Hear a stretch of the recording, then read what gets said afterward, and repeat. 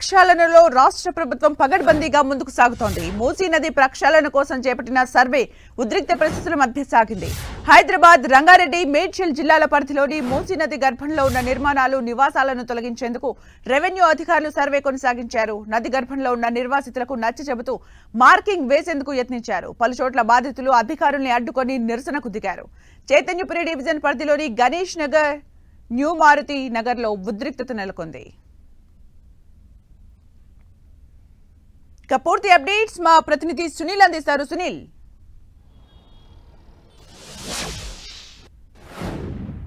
ఇటు మూసీ పరివాహక ప్రాంతాల్లో సంబంధించి కూడా ఇటు రివర్ బెడ్ ఏరియాలో ఉన్న వారికి సంబంధించిన గుర్తింపు ప్రక్రియ కొనసాగుతున్నట్టుగా మనమైతే చెప్పుకోవాల్సి ఉంటుంది. ఇప్పటికే దీనికి సంబంధించి కూడా 2116 సంబంధించిన నిర్వాసితులకు సంబంధించి రివర్ బెడ్ ఏరియాలో ఉన్నట్టుగా అధికారులు గుర్తించడం జరిగింది. వారికి రిహాబిలిటేషన్ ప్రక్రియలో భాగంగా వారికి డబుల్ బెడ్రూమ్ కల్పించేందుకు ప్రక్రియ కొనసాగిస్తున్నారు. ఇప్పటికీ 25 బృందాలతో గడిచిన 4 రోజులుగా ప్రక్రియ కొనసాగుతున్నట్టుగా చెప్పుకోవాల్సి ఉంటుంది. చాలా చోట్ల రెవెన్యూ అధికారులకు చేదు అనుభవాలు ఎదురవుతున్నట్టుగా మనమైతే చెప్పుకోవాల్సి ఉంటుంది. ముఖ్యంగా ఇటు మేడ్చల్ జిల్లాకు సంబంధించి కూడా హైదరాబాద్లో ఎక్కువ విస్తీర్ణ మూసీ పరివాహక ప్రాంతాల్లో ఉన్నా కానీ మేడ్చల్ పరిసర జిల్లా సంబంధించి కూడా ఉప్పల్ రెవెన్యూ పరిధికి సంబంధించి కూడా కొన్ని వందల శాశ్వత నిర్మాణాలు బఫర్ జోన్తో పాటు ఇటు రివర్ బెడ్ ఏరియాలతో కూడా నిర్వాసితులంతా కూడా మార్కింగ్ వేసుకునేందుకు నిరాకరిస్తున్న పరిస్థితి కనిపిస్తుంది. నిన్న న్యూ మారుతి నగర్తో పాటు వినాయక నగర్, గణేష్ నగర్ ప్రాంతాల్లో కూడా ఉధృత పరిస్థితులు చోటు చేసుకున్నట్టుగా మనమైతే చెప్పుకోవాల్సి ఉంటుంది. ఇప్పటికే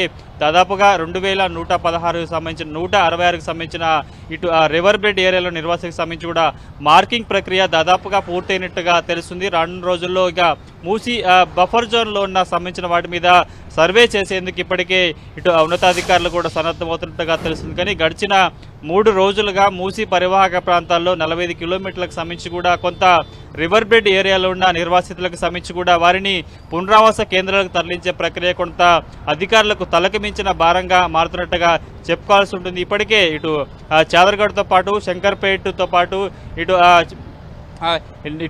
జియాగూడ పరిసర ప్రాంతాలతో పాటు కూడా ఇటు చాలా చోట్ల సుమారుగా 35 కిలోమీటర్లకు సంబంధించి కూడా 30% మంది నిర్వాసితులు డబల్ బెడ్రూమ్లు అధికారులు చూపించిన శాశ్వత పరిసరాలకు సంబంధించిన పునరావాస కేంద్రాలకు వెళ్లేందుకు సిద్ధంగా ఉన్నా కానీ మిగతా మంది మాత్రం ఇక్కడ నుంచి కదిలే ప్రసక్తి లేదంటూ భీష్మించి కూర్చోవడంతో కొంత ఆందోళన వ్యక్తం అవుతుంది. ఇక పూర్తి స్థాయిలో 3 జిల్లాలకు సంబంధించి హైదరాబాద్, రంగారెడ్డి, మేడ్చల్ జిల్లాలు ఇప్పటికే హైదరాబాద్లో దాదాపుగా 1566కు సంబంధించిన మార్కింగ్ ప్రక్రియ పూర్తయినట్టుగా మనకు సమాచారం ఉంది. ఇక మేడ్చల్ జిల్లాతో పాటు రంగారెడ్డి జిల్లా, మేడ్చల్ జిల్లాలో ఉప్పల్ నియోజకవర్గానికి సంబంధించి కావచ్చు, ఉప్పల్ రెవెన్యూ పరిధికి సంబంధించి కూడా కొంత బౌలంతరస్ నిర్మాణాలు రివర్ బెడ్ ఏరియాలో ఉండడంతో వారు మార్కింగ్ వేసేందుకు ముందుకు రాకపోవడం, అధికారులను గెరావ్ చేయడంతో కూడా నిన్న ఉధృత పరిస్థితులు చోటు చేసుకుని ఇక వీటితో పాటు జియాగూడ పరిసర ప్రాంతాల్లో కూడా తమకు శాశ్వత పరిష్కారం చూపించాలంటూ పెద్ద సంఖ్యలో మూసీ పరివాహక ప్రాంతాలకు సంబంధించిన వారు రివర్ బెడ్ ఏరియాలో ఇల్లు నిర్మించుకున్న వారంతా కూడా రాస్తారోకో చేయడంతో నిన్న చాలా చోట్ల ఉధృత పరిస్థితి చోటు చేసుకున్న పరిస్థితి కనిపిస్తుంది. మరొక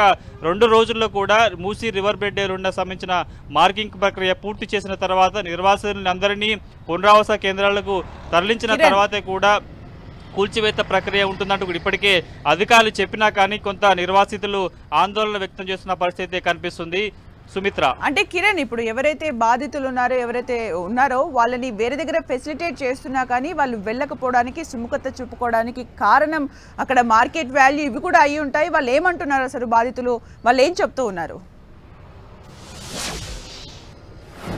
ప్రస్తుతానికైతే హైదరాబాద్ జిల్లా సంబంధించి చూసుకుంటే కూడా రివర్ బెడ్ ఏరియాలో సుమారుగా 1500 సంబంధించిన అక్రమ నిర్మాణాలను వీళ్ళంతా కూడా రివర్ బెడ్ ఏరియాలో ఉన్న పరిస్థితి కనిపిస్తుంది. కానీ మేడ్చల్ జిల్లాతో పాటు రంగారెడ్డి జిల్లాలకు సంబంధించి ఎక్కడైతే మూసి విస్తరించుకుంటూ పోయిందో ప్రవాహానికి సంబంధించి కూడా వారు రివర్ బెడ్ ఏరియాలో ఉన్న కానీ ఇప్పటికీ అక్కడ బౌలంతస్తులు నిర్మాణం నిలబెట్టిన పరిస్థితి కనిపిస్తుంది. ఒక్కొక్క భవనం సంబంధించి కూడా ₹1 కోటి పైగా ఉంటుంది. సుమారుగా 50 లక్షల నుంచి ₹1 కోటి పైగా ఉన్నాయి. చాలా విలువైన అపార్ట్మెంట్స్ కూడా మూసి గర్భంలో ఉన్న నేపథ్యంలో వారికి తమకు సాధారణంగా ఆక్రమించుకున్న నిర్మాణం చేసుకున్న వారికి డబల్ బెడ్రూమ్ తాము కేటాయిస్తే తాము ₹1 కోటి బ్యాంక్ లోన్ తీసుకొని బౌలంతో నిర్మాణం చేసుకున్నాం కాబట్టి తమకి కేవలం డబల్ బెడ్రూమ్తో కూడా చేతులు దులుపుకుంటే సరైనది కాదంటూ కూడా వారు చెప్తున్న పరిస్థితి కనిపిస్తుంది. ఖచ్చితంగా తాము ఇక్కడ నుంచి లేదంటూ చైతన్యపురి, అటు మారుతి నగర్, గణేష్ నగర్, వినాయక నగర్ ప్రాంతాలకు సంబంధించిన వందలాది నిర్వాసితులంతా కూడా నిన్న ఆందోళన చేసిన పరిస్థితి కనిపిస్తుంది. ఖచ్చితంగా తాము అధికారులు తమ ఇంటికి మార్కింగ్ వేసేందుకు వస్తే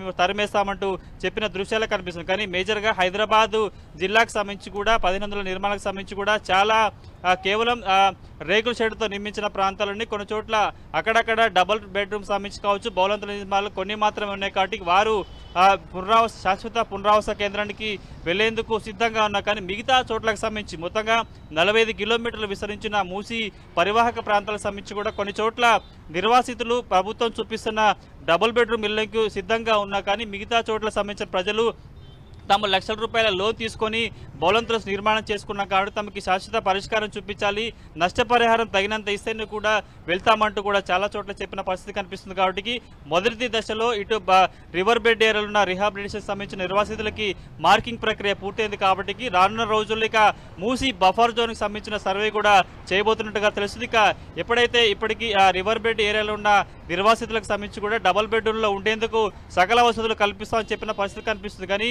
రివర్ బెడ్ ఏరియాలో ఉన్న సంబంధించిన వారికి స్థానికంగా ఉండే డబుల్ బెడ్రూమ్లకి వారికి తరలించే ప్రక్రియ చేస్తుండటంతో తమకు నిజమైన లబ్ధిదారులకి ఇన్ని రోజుల పాటు డబుల్ బెడ్రూమ్ వస్తుందనుకుంటే ఇప్పుడు మూసి నిర్వాసం తీసుకొచ్చి తమకు కేటాయించబోయే డబుల్ బెడ్రూమ్ ఇళ్లలో వారిని ఉంచడంతో కూడా కొంత స్థానికంగా నిరసన వ్యక్తమవుతున్న పరిస్థితి కనిపిస్తుంది. వీటితో పాటు నిర్వాసితులు ఎక్కడైతే రివర్ బెడ్ ఏరియాలో శాశ్వతంగా రేకుల షెడ్లు వేసుకుని నిర్మాణానికి సంబంధించి కూడా విద్యార్థులకు సంబంధించి కూడా కొంత వారికి ఆలోచన చేసిన తెలుస్తుంది. వీరికి వివిధ రకాలుగా కొంత ఉపాధి కల్పించేందుకు ప్రభుత్వ పెద్దలు కూడా సిద్ధమవుతున్నట్టుగా ప్రస్తుతానికైతే రివర్ బెడ్ ఏరియాలకు సంబంధించిన మార్కింగ్ ప్రక్రియ దాదాపుగా పూర్తయినట్టుగా తెలుస్తుంది. ఇక రానున్న రోజుల్లో మూసీ బఫర్ జోన్కి సంబంధించిన సర్వే ప్రక్రియ కూడా చేపట్టబోతున్నట్టుగా మనకైతే కొంత సమాచారం ఉంది. ప్రస్తుతానికైతే కొంత ఆందోళనలు ఉద్రిక్తుల మధ్య కూడా మూసీ రివర్ బెడ్ ఏరియా నివాసితుల కొంత సర్వే ప్రక్రియ దాదాపుగా పూర్తయినట్టుగా మనం చెప్పుకోవాల్సి ఉంటుంది.